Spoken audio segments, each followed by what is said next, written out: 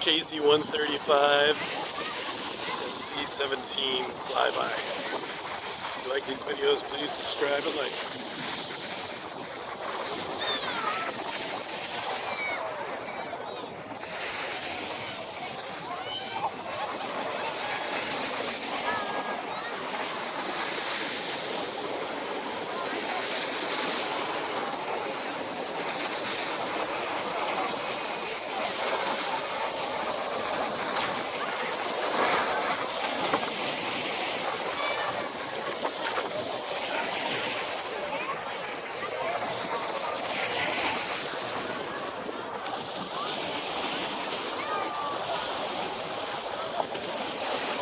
Cruise ship going out, Port of Miami.